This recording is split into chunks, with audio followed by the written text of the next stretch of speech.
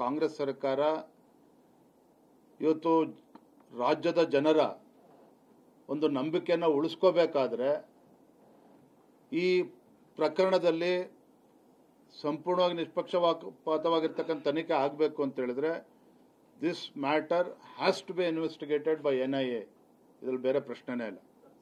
BJP ಈಗಾಗಲೇ NIAಗೆ demand ಮಾಡಿದೆ, ಮತ್ತೆ ಫಾರಿನ್ ಫಂಡಿಂಗ್ಗೆ ಯೂನಿಯನ್ ಮಿನಿಸ್ಟರ್ ಅಮಿತ್ ಶಾ ಅವರಿಗೂ ಪತ್ರ ಬಂದಿದೆ. ಕಾಂಗ್ರೆಸ್ ಸರ್ಕಾರ NIA ನಾವು ಬಿಲ್ಕುಲ್ ಮಾಡೋದೇ ಇಲ್ಲ ಅಂತಂದ್ರೆ ನಿಮ್ಮ ಕೋರ್ಟ್ಗೆ ಏನಾದರೂ ಅರ್ಜಿಗೆ ಆಗ್ತೀರಾ? ಈ ಸರ್ಕಾರವನ್ನ ಕಾಂಗ್ರೆಸ್ ಸರ್ಕಾರವನ್ನ ಬಗ್ಗಿಸ್ತಕ್ಕಂಥ ಶಕ್ತಿ ಹಿಂದೂ ಸಮಾಜಕ್ಕೆ ಇದೆ. ಯಾಕೆ NIA ಕೊಡೋದಕ್ಕೆ ಸಾಧ್ಯ ಆಗೋದಿಲ್ಲ ನಾವು ಕೂಡ ನೋಡ್ತೇವೆ ವಿಚಾರದಲ್ಲಿ.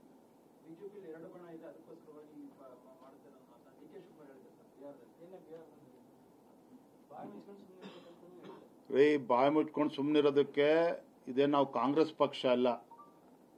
ಯಾರನ್ನು ಬಾಯಿ ಮುಚ್ಚಿಸ್ಬೇಕು ಅವ್ರು ಕಾಂಗ್ರೆಸ್ ಅಲ್ಲಿ ಮುಚ್ಚಿಸ್ತಾ ಇದ್ದಾರೆ, ನಿಸ್ಸೀಮರಿದ್ದಾರೆ. ಇವತ್ತು ಭಾರತೀಯ ಜನತಾ ಪಾರ್ಟಿ ಇದು ನಾವೇನು ರಾಜಕಾರಣ ಮಾಡೋದಕ್ಕೆ ಹೊರಟಿಲ್ಲ. ಮತ್ತೊಮ್ಮೆ ನಾನು ಪುನರಾವರ್ತನೆ ಮಾಡ್ತೇನೆ, ನಾವಿತ್ತು ನಮ್ಮ ಹಿಂದೂ ಭಾವನೆಗಳಿಗೆ ಧಕ್ಕೆ ಬಂದಿರತಕ್ಕಂಥ ಸಂದರ್ಭದಲ್ಲಿ ನಮ್ಮ ಕರ್ತವ್ಯ ಇದೆ. ಯಾವತ್ತು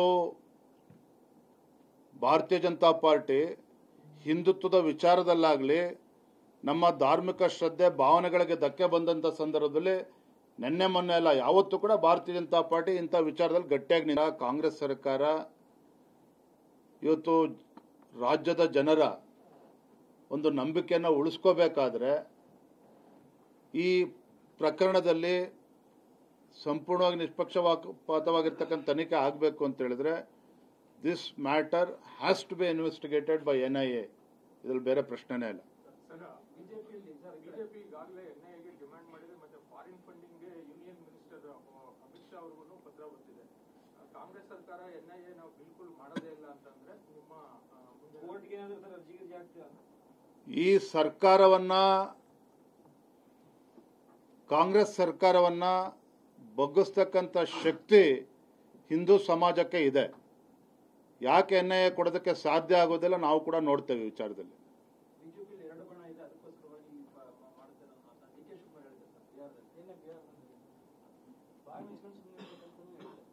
ಬಾಯಿ ಮುಚ್ಕೊಂಡು ಸುಮ್ಮನಿರೋದಕ್ಕೆ ಇದೇ ನಾವು ಕಾಂಗ್ರೆಸ್ ಪಕ್ಷ ಅಲ್ಲ.